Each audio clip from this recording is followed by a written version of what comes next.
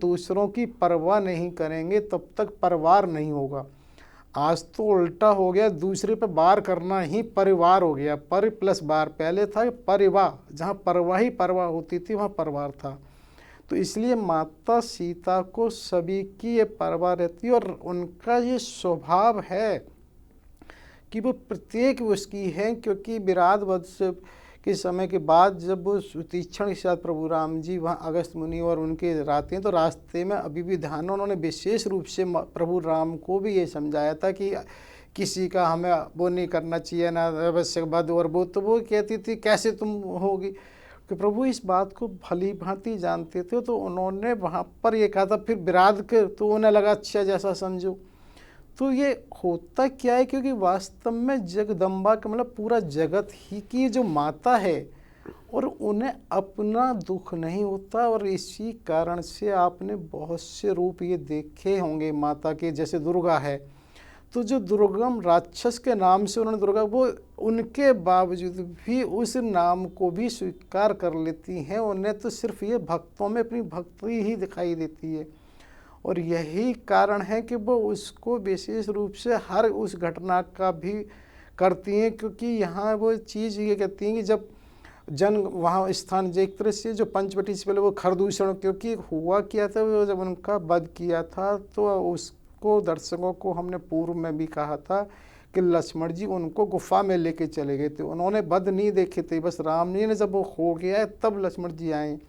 तो यहाँ उनको ये कहना है शर्मा से कि मुझे यहाँ आके पता लगा वो पूरा स्थान ही खरदूषण का सब खत्म हो गया, यहाँ ये हो गया। तो वो उनको ये समझाती है शर्मा की माता, अगर सबको स्वतंत्र छोड़ दिया जाएगा, किसी सर्प को बिच्छू को, तो कैसे जीवन जिया जाएगा। ये देखिए कि अगर सबल ही तो निर्बल और उसकी रक्षा करेगा, ये तो तुम्हारे जो है प्रभु अब बड़ा एक सामान्य जिसकी वजह से ऐसा हो पा रहा है। किसी समय उसी जन स्थान में ये स्थिति थी, इन राक्षसों की वजह से कोई ऋषि मुनि साधु कहीं जा नहीं पाता था।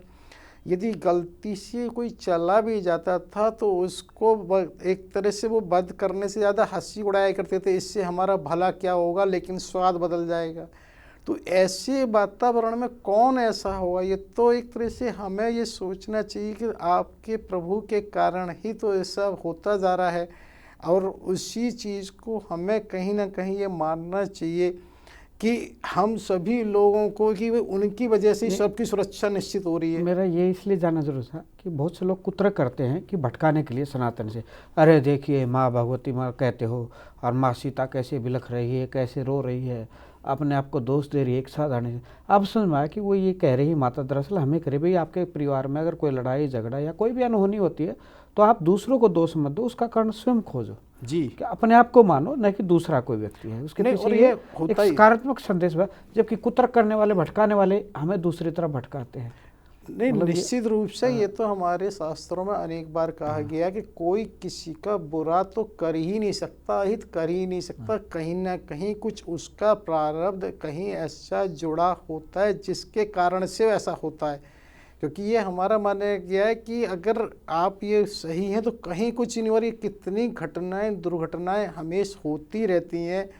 कई बार अभी भी ये देखिए कि ये कोहरे में रोज़ एक्सीडेंट्स होते हैं, उसमें अगर आप उनकी कहीं कहानी पढ़ेंगे, सबकी व्यक्तिगत कहानी पढ़ें, तो कितने लोग जाने से रह जाते हैं। और तो और आप एक बात देखिए, अगर पूर्व में जाएंगे, जब टाइटैनिक की जो घटना 1912 में जब हुई थी, तो उस समय भी ये माना गया तो सबसे सुरक्षित वो वाहन है।